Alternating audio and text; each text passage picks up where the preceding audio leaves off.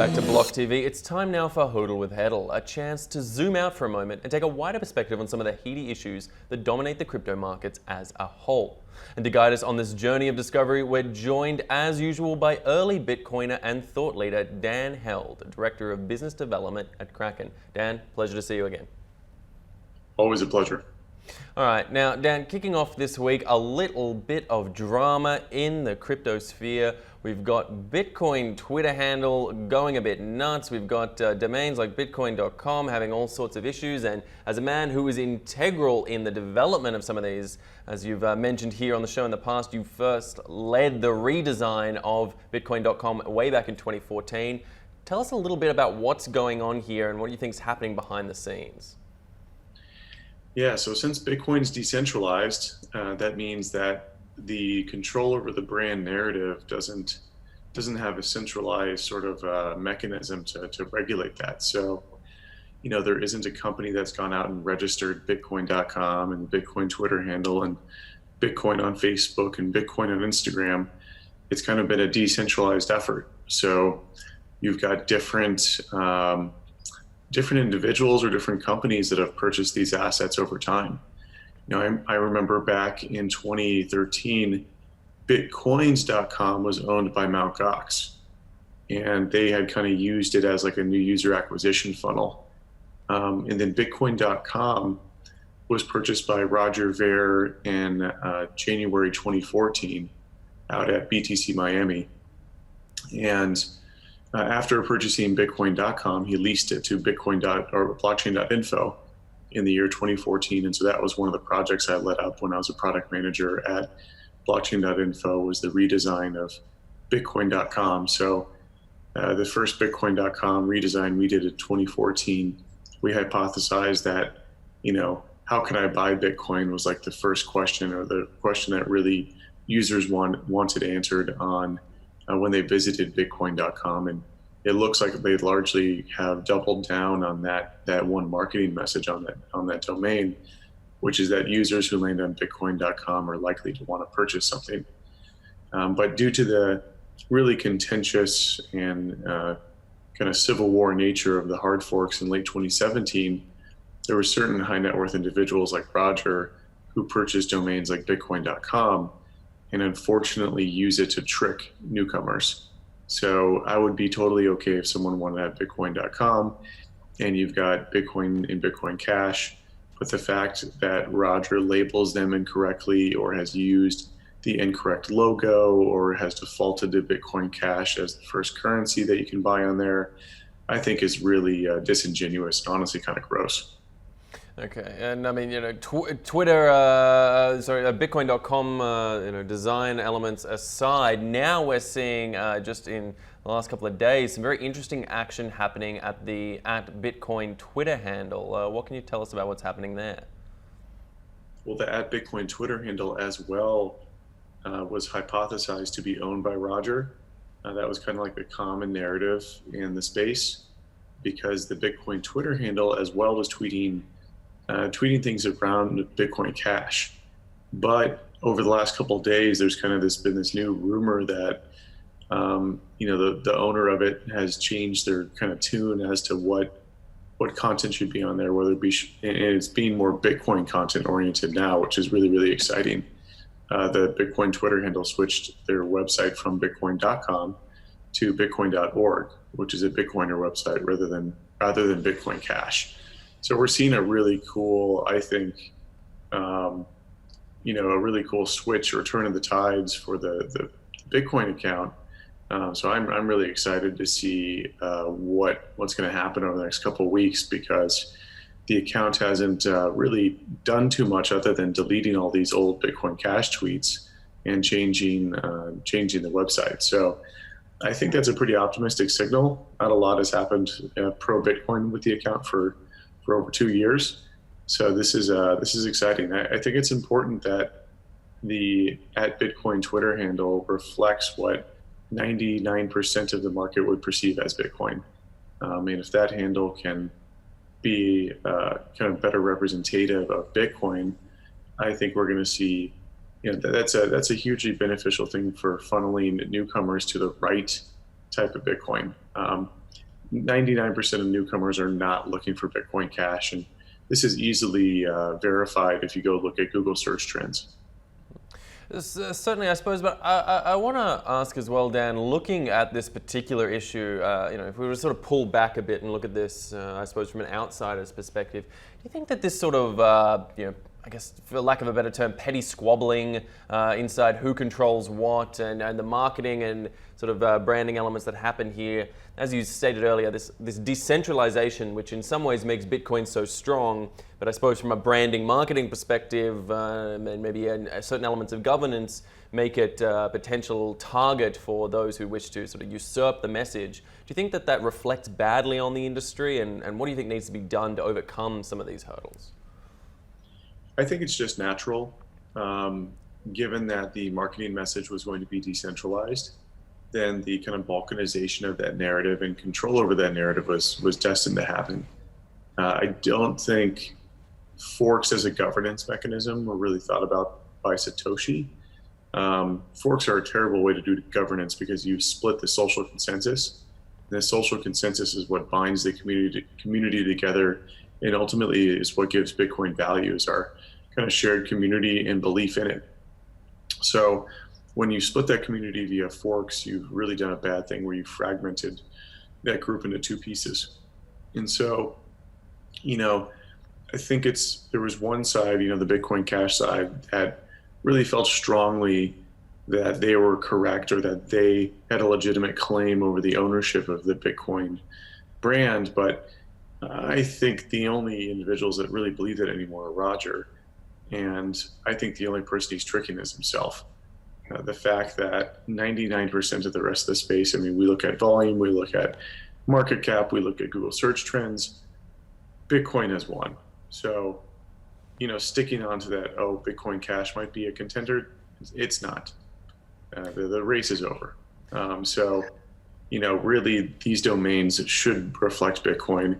If Roger really believed in Bitcoin Cash, then he wouldn't use the Bitcoin domain or the Bitcoin Twitter handle to intentionally confuse newcomers. He would be, if he believed that strongly in Bitcoin Cash, he would legitimately use, Bitcoin Cash Twitter handle or bitcoincash.com, which he knows would reflect exactly his brand. He's trying to intentionally confuse individuals.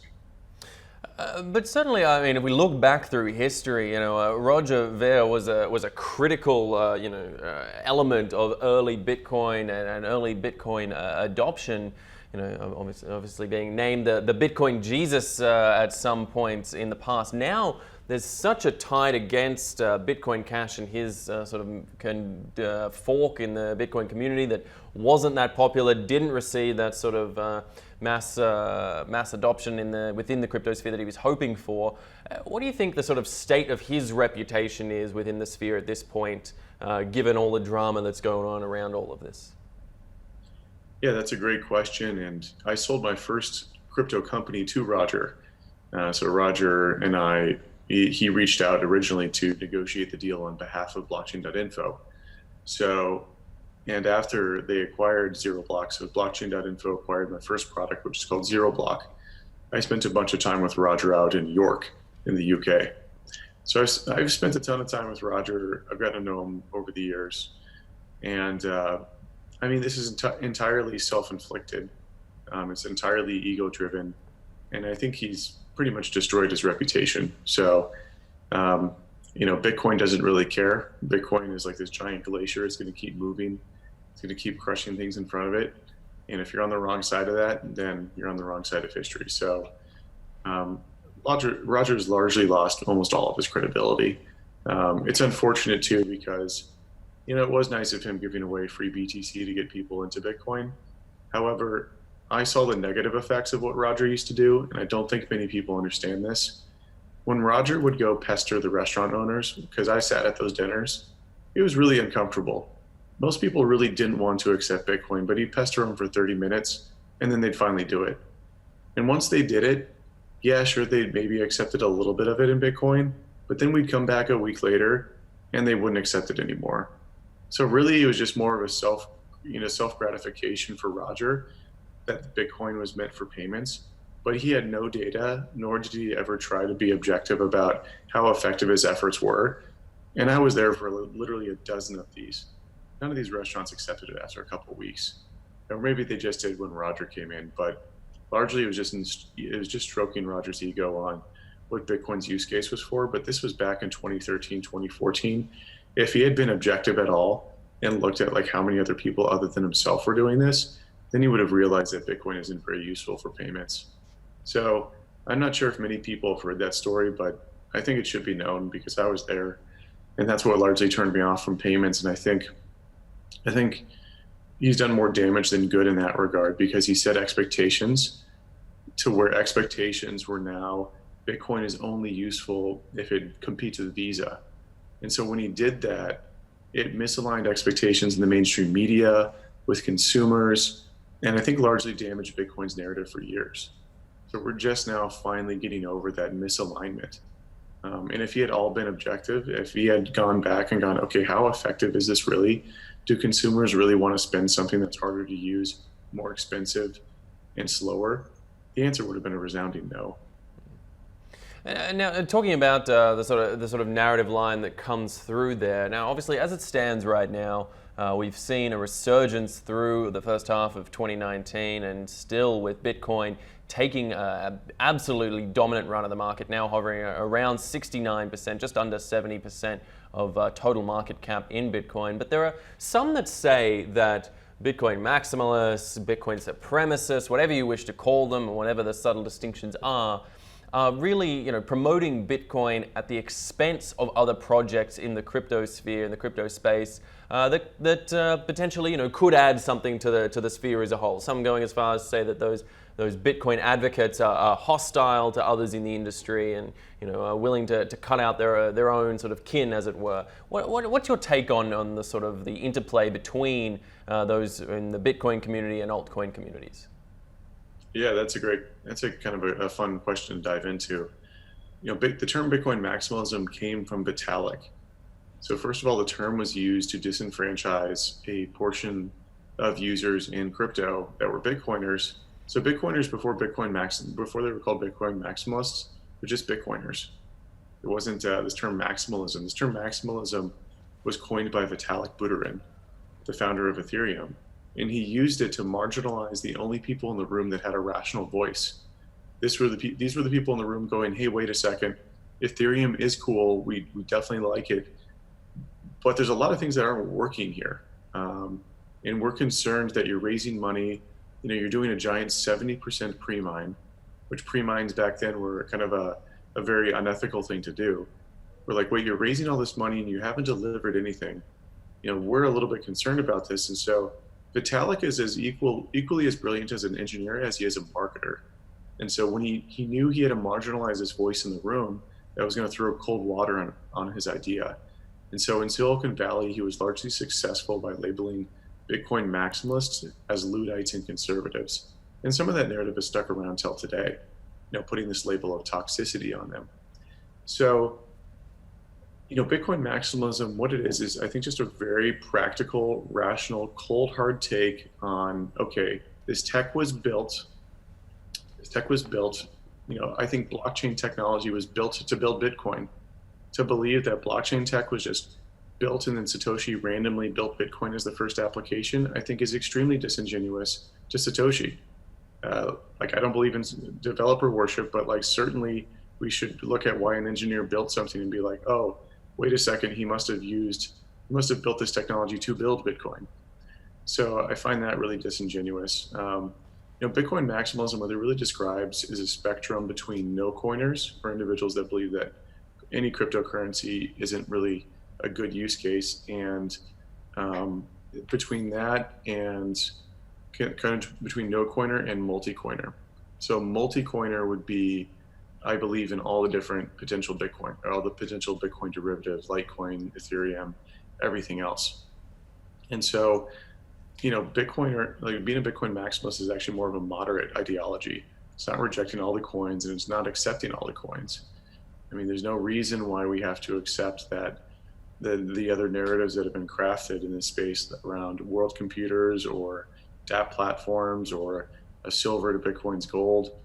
all of these narratives and all of these premises are much weaker than Bitcoin's, which is digital gold, and it's the original reason why blockchain technology existed was to build this, or Bitcoin existed, blockchain technology solely existed to build Bitcoin. So, when someone goes, hey, why don't you want to buy my coin? You must be so close-minded. It's like, sorry, I've seen 30,000 coins come and go. Color me a little bit skeptical that your new coin touting features like faster or more transactions per second isn't interesting to me. So Bitcoiners are mainly just, I think, the most rational take on the space. And they're criticized because of their kind of belief in that is so strong. And I think Silicon Valley fundamentally still doesn't understand what is important here, which is that money, and Joe Weisenthal from Bloomberg hit this on the head. Money, the race for money isn't about code, it's about belief. So, all these developers in Silicon Valley have been chasing the wrong sort of objective, which is what new shiny code can we make to attract people to my protocol, when in reality they didn't realize that what was attracting people to the protocol was the story. And that's always what it was. And that's always what it will be. The code does enable certain sets of features, but blockchains are pretty poor at doing most things. Blockchains are slow, inefficient, and hard to use. So Bitcoin's use case is the oldest, it has the biggest network effect behind it, and it has the strongest product market or protocol market fit. And so Bitcoin maximalists simply go, you know what, I've seen so many other coins come and go. I really only find this one interesting, and I'm not going to apologize for that. And I think they're totally right to have that opinion. So then, as a Bitcoin maximalist yourself, do you see a value in any specific projects besides Bitcoin out there? I mean, as a personal opinion, do you think there are any others that are worth paying attention to? I mean, we're even seeing Ethereum pivot from world computer to a programmable money narrative, because as Ethereum found the dApp platform narrative kind of slowly decaying over time, they're trying to grasp at any straw to validate their belief system. And so there's a large contingent of Ethereum people starting to call Ethereum sound money, which is completely bizarre given my experience in the space. I'm optimistic. Like, I would like to see other use cases. I just saw like 2017 not really representing a good intentional drive to go really build something solid. When your ICO has your founder fully vested on day one, yeah, the hypothesis is that, oh, if we allocate money into these ICO projects, these are experiments, and even if they fail, we'll learn something. And I don't think we really learned anything because they were tainted. The experiments were tainted from day one. If your founder is fully vested on day one, that's going to taint the rest of the experiment. Bitcoin's innovation wasn't really code. I mean, the code is super old. Bitcoin was an innovation and incentive alignment. The incentive alignment is what's brilliant. And so I think that's what a lot of these ICO projects didn't realize, is that getting incentives aligned is really, really hard. When I worked at Uber, so some of the teams I interacted with, one was called Marketplace. Marketplace did all the pricing mechanisms. And they worked alongside a team called Dispatch, and Dispatch did all the supply demand modeling. There were certain times where that team, most of the time they did super well, but once in a while there'd be a mistake where the supply demand modeling was, kind of thrown off by some parameter or some variable that they plugged in. And so how people respond to incentives is extremely delicate. And seeing one of the best companies in the world work with data, a company like Uber, that can completely control their protocol or completely control their back-end code, to see them still have difficulties with that. I think they're largely successful at it, but there's still some nuance and there's still some mistakes along the way. To see a team of 5 people where 4 of them maybe they're 25 years old and they've had 1 year at a small startup and now they think they can do an ICO. Yeah, color me a little bit skeptical, but I don't think you're going to be able to figure out human incentives. And so that's where I think Bitcoiners come across as these kind of salty individuals. I've been in the space for 7 years. I'm not sure how many people can name off altcoins in the 2014 altcoin boom. But I mined Prime Coin on my laptop. I thought if we could do something, this is back when I felt like we could do something more useful with proof of work, which later I realized was kind of a mistake.